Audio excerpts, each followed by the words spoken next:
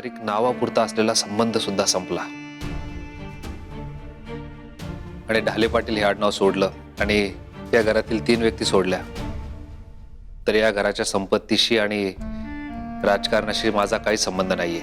रणजित, तुम्ही काय बोलताय आमच्या काही लक्षात येत नाहीये. तुमचे विचारच आम्हाला कळेनासे झालेत. असो, तुम्ही घर सोडून जात नाही आहात याचा आनंद वाटला.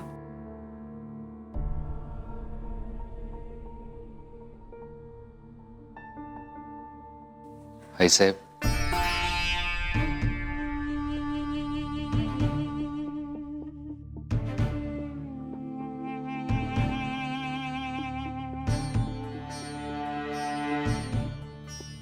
रणजित, हे सांगून मलाही आनंद. एनिवेज,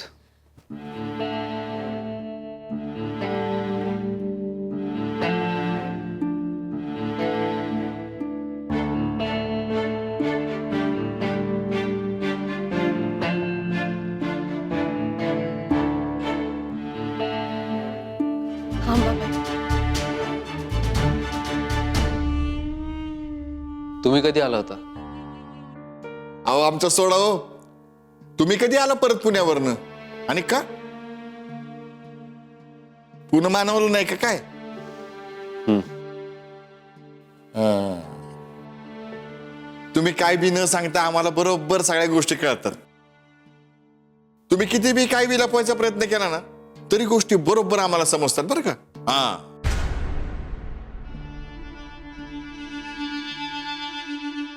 आणि कसे म्हणजे पुण्यासारख्या एवढ्या मोठ्या शहरात प्रलोभन फार हो.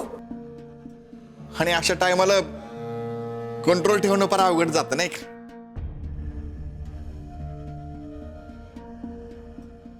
हा? नाही, मला कळलं नाही. अहो खानदानी माणसाचे बोलेत, विषय एकदम खोले.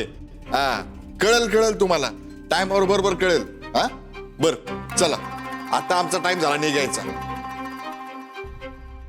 1 मिनिट संजय, जरा इकडे ये ये ये. अरे गंमत दाखवतो. एवढ्या मागातल्या आणि महत्वाच्या फोन मध्ये आपली सेल्फी नको होय. बघ बघ बघ. हा, हसा की हसा. हा हा हा. पॉवर ऑफ अटर्नी जरी कायम असली तरी आपल्या कुटुंबाच्या उत्पन्नाचा हिस्सा तुम्हाला मिळत राहणार. काळजी करू नका, गडगंज हिस्सा आहे. आराम करा आणि बसून खावा. ते सांगायला नव्हतं आलो मी. रणजितराव, समजून घ्या, पॉवर ऑफ अटर्नी याच्यासाठीच केली की आमची कामं काही राहून जाऊ नयेत आणि ती तुमच्यामुळे अडू नयेत.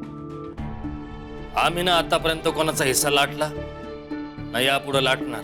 मी ना तुमच्याकडे हिस्सा मागायला आलोय ना स्पष्टीकरण. मला एवढंच सांगायचंय की ढाले पाटलांची जी काही जमीन आहे, जी काही शेतीवाडी आहे, मग त्यात तुम्ही बळकावलेली लाटलेली जमीन आलीच, ती तुम्हालाच लखलाभ.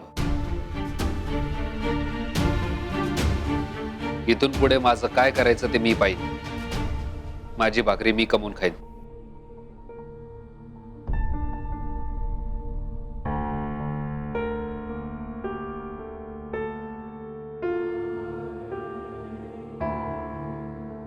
रणजितराव, भाबड्या समजुतीत राहू नका.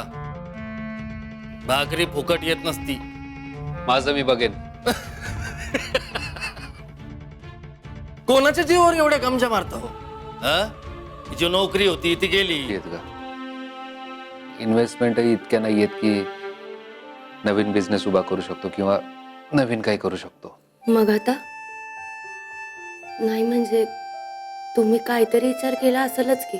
विचार केलाय, इथेच कुठेतरी जमिनीचा तुकडा बघावा. मी ती कसेन आणि त्यातून जी काही मीठ भाकर मिळेल ती आपण खाऊ. माझं काम मी करेन आणि त्यात तुझी आता पोलीस ट्रेनिंग सुरू होईल. एकदा तुझं करिअर सेट झालं की मी आनंदाने शेती करेन.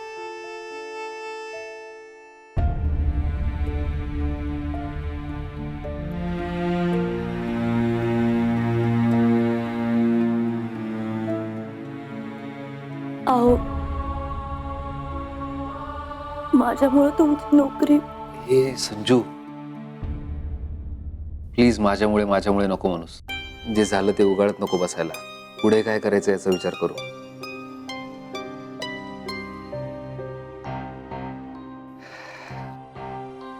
ते आंबेगावच्या वेशीवर गोयटे आहेत ना, त्यांना त्यांची जमीन विकायची आहे. पण ते जी किंमत सांगतायत तेवढे पैसे नाहीयेत ग संजू माझ्याकडे. बरं, कर्ज काढायला गेलो तर तिथेही थोडा प्रॉब्लेम आहे. कोर्टात केस चालू, कुठले धागेदोरे कुठे जुळून येतील काहीच सांगता येत नाही. तुमच्या पारखी नजरेला पोरगी आवडली, चांगलीच असेल. तुम्हाला नक्की काही बी डाऊट नाहीये ना तिच्याबद्दल? डाऊट अजिबात नाही. ग्रीन सिग्नल दिलेला आहे. फक्त त्या सनपट सुजाने सगळं निभावून नेलं पाहिजे म्हणजे झालं. बरं चल, मी फ्रेश होऊन येतो. मी जेवण वाढायला घेऊ का? सुजाच्या डाब्यावरून आलोय. जेवले बिगर सोडलं असतं का त्याने? तुझ्या टक्करची संक आमटी बनवली होती त्याने. सो मस्त पैकी दाबून आलोय. सो आता मी फ्रेश होऊन येतो. सुजा काय म्हणत होता माहितीये? त्याची जोडी आपल्यासारखी का? मी त्याला बोललो आमच्यापेक्षा 2 पावलं पुढे आला.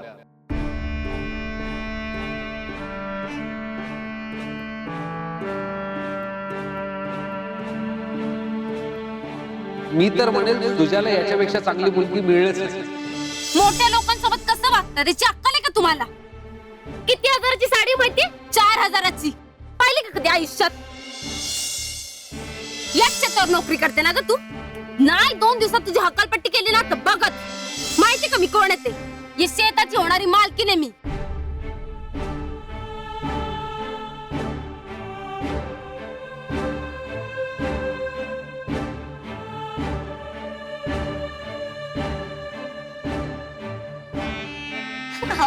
पहाटे 5 वाजता तर मी माझ्या स्वप्नात धावत असते. Very good. सो आता स्वप्न सत्यात उतरवायची वेळ आली आहे. पहाटे 5ला उठायचं, धावायला जायचं आणि आता झोपायचं. नाही, पहाटे लवकर उठायला मला आता झोपता यायला पाहिजे ना. चावटपणा नकोय संजू. उद्यापासून फिजिकल ट्रेनिंग आहे, त्यामुळे हे अबड चबड खाणं बंद. आओ, असं काय करताय? आता उद्यापासून आपल्याला सगळं करायचं की नाही? मग माझ्या आयुष्यातली एक शेवटची जिलेबी मला खाऊ द्या ना. तू पोलीस ऑफिसर झाली ना, मी माझ्या हाताने तुला भरवेन अख्खी जिलेबी. सो आता गुड नाईट. आओ आओ, माझी जिलेबी आओ.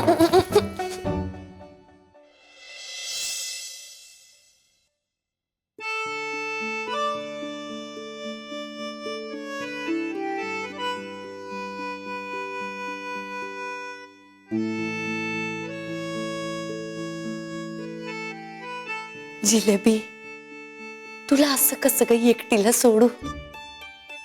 सुचित भाऊजींच्या ढाब्यावरची जिलेबी आहेस तू. आणि तुला तर माहितीये मी केवढी मोठी फॅन आहे तुझी. आलेच. पर्यंत अंगा खांद्यावर खेळणारा आमचा धाकटा भाऊ आज मोठा झाला.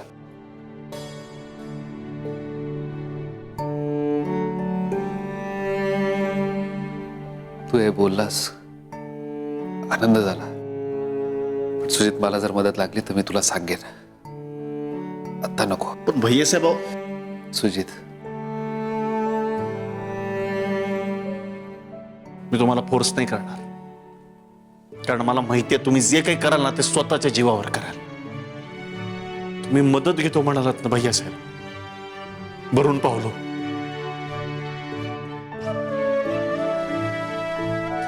आज मला इंचभर उंच झाल्यासारखं वाटतंय भैयासाहेब. चलो, इसी बात पे मस्त जिलेबी हो जाए. काय घेऊन येतो पटकन.